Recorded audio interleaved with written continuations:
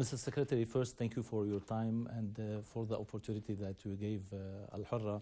We will start from where you finished your day in Kuwait. It's a long day. How do you view the fact that Kuwait, once invaded by the Iraqi or by the former Iraqi regime, hosting this conference here for the reconstruction of Iraq? Well, I think it's a symbol of how important Kuwait, but also the entire Gulf countries and the Arab world views the future of Iraq. You know, Iraq was somewhat disenchanted from the rest of the Gulf for many, many years. And I think now, having seen this outreach and the reconnection of economic activity, reestablishing relationships that will be very important to the future of Iraq, is really encouraging to see. And more than 100 American companies participated in this or participate in the Iraq Reconstruction Conference. What role will the American private sector play in the reconstruction of Iraq, Mr. Secretary? Well, I think importantly, obviously, bringing investment dollars is important to Iraq in order to create jobs and create a growing economy in Iraq. But beyond that, bringing American business practices, bringing American values to Iraq. American businesses are accustomed to dealing in regimes with strong rule of law, and I think that reinforces what's needed for Iraq to be successful longer term. Critics say that the Trump administration won't contribute money toward Iraq's reconstruction and will rely on the private sector and international organizations. What's your response? Well, the event today obviously was not intended to be a donor conference or a pledging conference. This was really organizing to ensure that business, private sector, as well as other lending institutions have a good understanding of the situation in Iraq now after the defeat of ISIS, Daesh, the opportunities that are available, and it is to generate interest and excitement about Iraq as a good business and investment opportunity. And in doing so, a lot of the reconstruction, we're confident, will be undertaken through both public and private sector approaches. And the lending institutions, OPIC, XM, World Bank, IMF, all of these are important elements of ensuring Iraq has a successful future. And are you satisfied with the results that you achieved today? I think the interest was overwhelming. We had a number of companies that came to attend, but also a number of companies that have made announcements of either opportunities that have been secured or opportunities that are well in the works in terms of their discussions with Iraq. And I think that was really the importance, was to showcase Iraq as now, as I said in my remarks, open for business. And regarding the future of the American presence in Iraq, how do you view the American presence in Iraq? Well, if you're asking about American government presence or military presence, that's a matter that's yet to be discussed with the government of Iraq, Prime Minister Abbas. Of course, they have elections upcoming. We are still there in Iraq today to continue to ensure that ISIS, Daesh cannot reemerge, while we have defeated them by taking all of their territory from them in Iraq. We know, and as Prime Minister Abbas would also acknowledge, there's still elements of ISIS, Daesh that are a threat to Iraq, and we're going to stay for as long as we're certain we have dealt with those threats as well. The international coalition to defeat ISIS has made big progress in Syria and in Iraq. What are the main challenges that you still face, and what are the plans or the goals for next year? Well, the ministerial that we had today for the Global Coalition to Defeat ISIS was a very important opportunity for all of the members of the coalition to meet together, acknowledge the success that has been achieved in Iraq and Syria.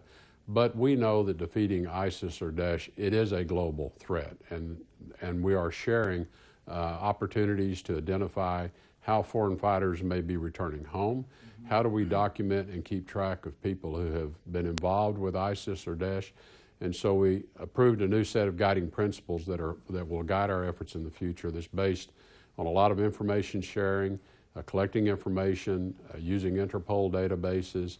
And so this is really about the next phase of ensuring that we achieve ultimately an enduring defeat of ISIS. Mr. Secretary, there are concerns in the region based on the last confrontation between Israel, Iran, and Syria, and the concerns based on the fear that maybe a war will break in the region and it will be a regional war. Do you share these concerns?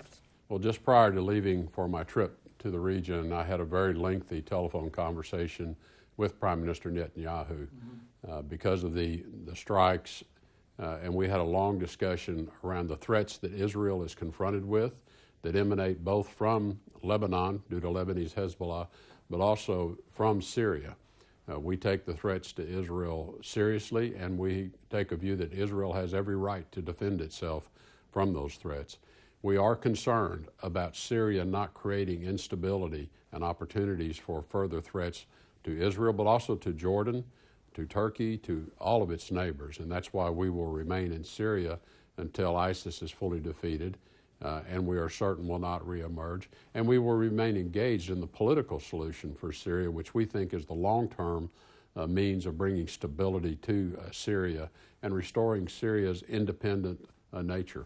But on the ground, what is the U.S. doing specifically to contain Iran's rising influence in Syria, in Lebanon, in Iraq, and elsewhere?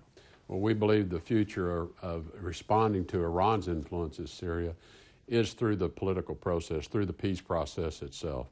Again, U.S. is present in Syria for one purpose only, and that is the defeat of ISIS, the enduring defeat of ISIS.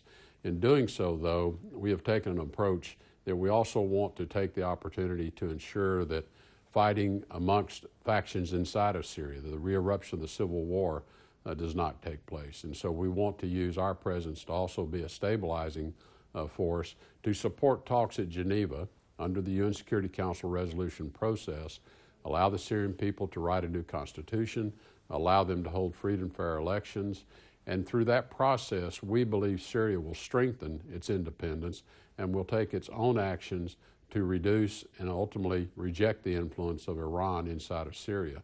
Iran's influence inside of Syria is not positive. It is negative because they bring with it instability, they bring with it violence. But you're focusing, Mr. Secretary, on defeating ISIS, and Iran, Syria, the Syrian regime, and Russia are gaining ground. What will you do in this case?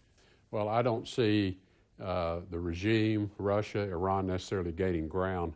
I see the entire country eventually defeating ISIS.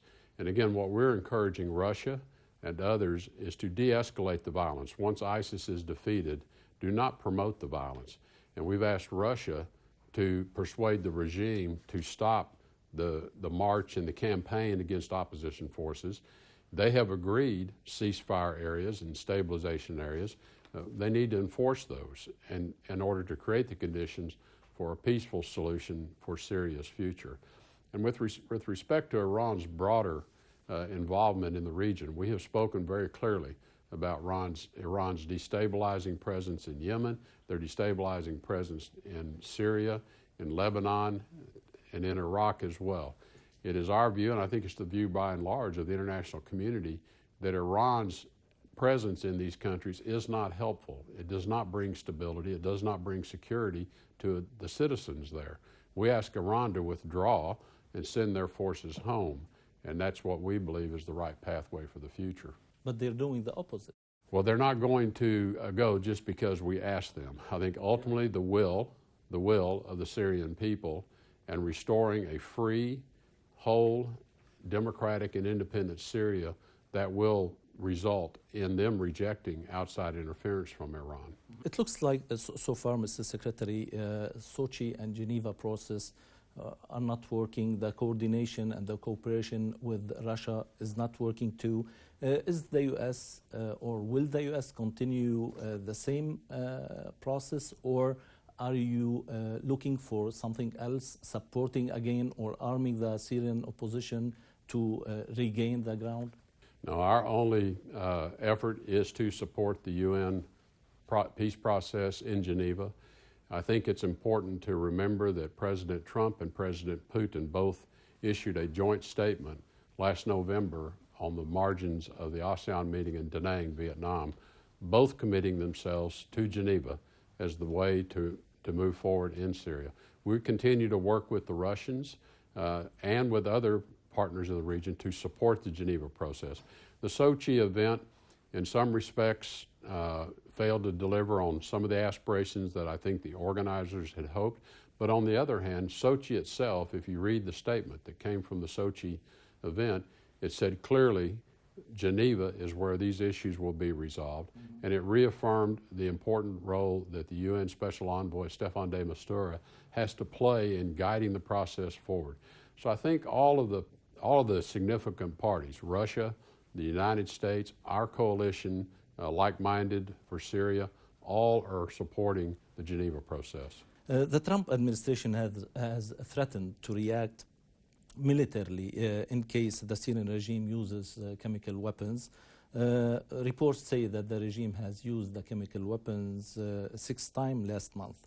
Will there be any U.S. or international reaction to that? We're quite concerned about these reports. The use of both chlorine bombs, which is weaponizing chlorine, as well as reports of sarin being used again. I think what's important is today the international community doesn't have a good mechanism to confirm these reports. The UN Security Council has held multiple votes to reissue the mandate for the Joint Investigative Mechanism to allow experts to go into Syria, investigate these reports, and confirm first whether they're true, and second, to determine who is responsible. The Trump administration takes the use of these weapons very seriously, as was indicated by actions taken last year. We need to have independent analysis and investigation of these, and what we really need is for Russia to stop vetoing the mandate for the Joint Investigative Mechanism so we have better information as to exactly what is happening. But nothing happened or changed since you struck Khan Sheikhoun when the Syrian regime has used the chemical weapons. Well, there's been no large, widespread use of sarin in particular, and so we think we have stopped Syria from using that type of chemical weapon. Having said that, these reports are very disturbing. What we do know is there are people who have died from the effects of what appear to be chemical weapons. We need better information from experts like would be in the country through the Joint Investigative Mechanism. Mr. Secretary, in this long trip you are going to visit Lebanon, where the tension between Lebanon and Israel is escalating based on maritime and territorial boundaries. The U.S. has been mediating between the two countries. Are we getting closer to an agreement or to war, do you think? Well, we want to avoid conflict as best we can, and we will continue to play a role there to strengthen an independent government again in Lebanon, to strengthen independent Lebanese security forces. We know that Lebanon is going through what will likely be a long transition period. I think they have taken some positive steps with their law on disassociation to require that Lebanese forces withdraw from the presence in Yemen and other locations, and we're there to support Lebanon through this long transition. And meanwhile, you are putting more pressure and more sanctions on Hezbollah. Is the Lebanese government coordinating or cooperating with the U.S. in this regard? And how can you pressure Hezbollah without affecting the Lebanese government?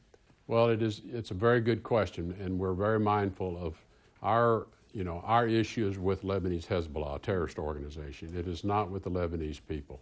It is not with the Lebanese government.